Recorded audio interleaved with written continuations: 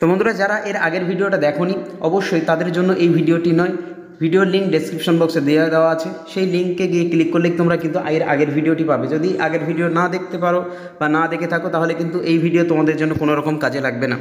তো সবাইকে সতর্কবার্তা দিয়ে দিচ্ছি, আগের ভিডিওটা দেখার অনুরোধ রইল, না হলে কিন্তু কোনো রকম কোশ্চেন তোমরা এখান থেকে বুঝতে পারবে না। এবং আগের ভিডিও থেকে তোমাদের ম্যাক্সিমাম কোশ্চেন আসতে পারে।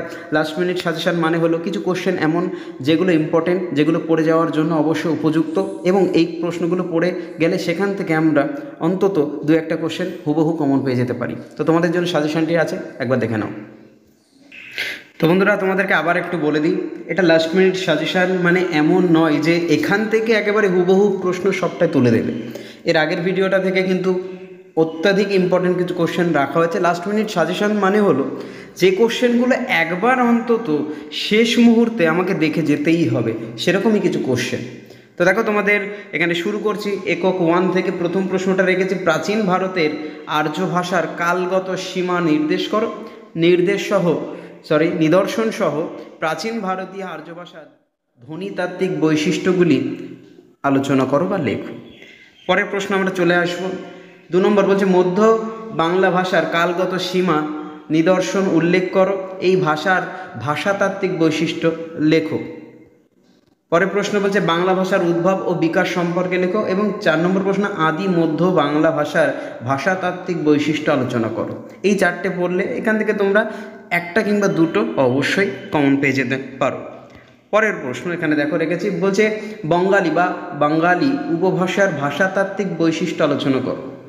এরপরে আছে 3 নম্বর প্রশ্ন।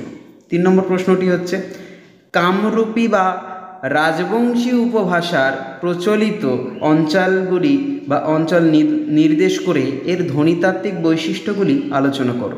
খুব ভালো করে বা মন দিয়ে কিন্তু কোশ্চেনগুলো দেখবে। চলে আসবো পরবর্তী প্রশ্ন একক থেকে, অর্থাৎ একক 2 থেকে তোমাদের জন্য মাত্র 3টি প্রশ্ন রেখেছি। ঝাড়খণ্ডী উপভাষা কোন অঞ্চলে প্রচলিত, এই উপভাষার ভাষাতাত্ত্বিক বৈশিষ্ট্য আলোচনা করো। আবারও বলে রাখছি, লাস্ট মিনিট সাজেশান মানে এই নয় যে তোমরা এখান থেকে একেবারে হুবহু প্রশ্ন সবকটায় এক্সটেশন রাখবে। তো এর আগের ভিডিও যারা দেখোনি তাদের কিন্তু এই ভিডিওটা তাদের জন্য অবশ্যই নয়।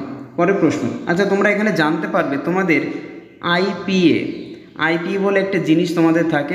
এই আইপিএটা তোমাদেরকে খুব সহজ সরল ভাষায় বুঝিয়ে দেওয়া আছে এবং সেখান থেকে তোমরা শিখে নিতে পারো। ডেসক্রিপশন বক্সে তার লিঙ্ক দিয়ে দেওয়া থাকবে, তোমরা সেই লিঙ্কে গিয়ে ক্লিক করলে কিন্তু ভিডিওটা পেয়ে যাবে।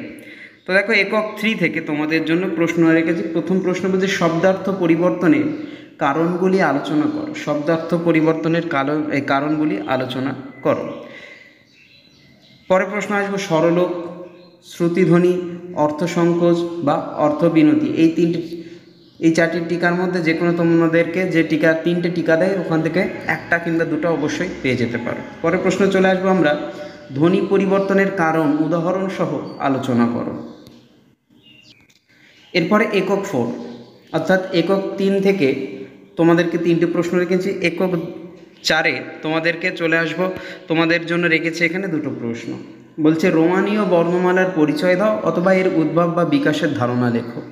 আর 2 নম্বর প্রশ্ন বলছে, আন্তর্জাতিক ধ্বনিমূলক বর্ণমালার গুরুত্ব উদাহরণ সহ লেখো বা আলোচনা করো।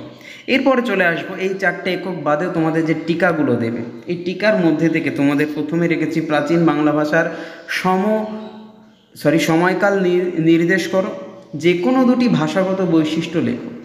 পরের প্রশ্ন, বরেন্দ্রী উপভাষা বৈশিষ্ট্যগুলি আলোচনা করো বা লেখো। এরপরে রেখেছি দেখো আইপি চিহ্ন লেখো। এই আইপি চিহ্ন আবারও বলছি, যারা এখনও ওই ভিডিওটি দেখে উঠতে পারোনি, ডিসক্রিপশন বক্সে লিঙ্ক দিয়ে দিয়েছি, তোমরা সেখান থেকে গিয়ে দেখে নিতে পারো। খুব সহজ সরল, অর্থাৎ এগুলো তুমি যদি শিখে নিতে পারো তুমি কিন্তু এখান থেকে অবশ্যই একটা সেট কমন পেয়ে যাচ্ছ অটোমেটিক। বলছে অ, ওই, চ, ঝ, বর্গীয় জ, এরকম তোমাদেরকে 5টা একটা সেট দেবে, 5টায় 5 নম্বর, একটা করে করতে পারলে 1 নম্বর করে। এছাড়া তোমাদের আছে অ, ঝ, খ, উম, ঠ, এর একটা সেট। এছাড়া রেখেছি আর একটা সেট তোমাদের জন্য রেখেছি হর্ষই উ, ঝ, ড, আরেকটা আছে জ, শেষে একটা আকার পড়ে গেছে। তো এরপরে একেবারে শেষ যে টিকাটা বলছে স্বরভক্তি, এই একটা টিকা, অথবা অভিশ্রুতি, এই একটা টিকা, অথবা সমীভবন, এই তোমাদের একেবারে লাস্ট মিনিট সাজেশন, এইগুলো পড়ে গেলে আশা রাখবো তোমরা এখান থেকে অনেকগুলো কোশ্চেন কমন পেয়ে যাবে। তো ভিডিওটি যদি ভালো লেগে থাকে অবশ্যই বন্ধুদেরকে এক্ষুনি শেয়ার করে দাও, এবং চ্যানেলে নতুন হয়ে থাকলে বন্ধুরা অবশ্যই চ্যানেলটিকে সাবস্ক্রাইব করে রেখো। তো সবাইকে ধন্যবাদ। পরীক্ষার জন্য ভালো রকম প্রস্তুতি এখনই শুরু করে দাও, আর মাত্র 2 দিন বাকি আছে পরীক্ষার। তো দেখা হচ্ছে পরবর্তী ভিডিওতে।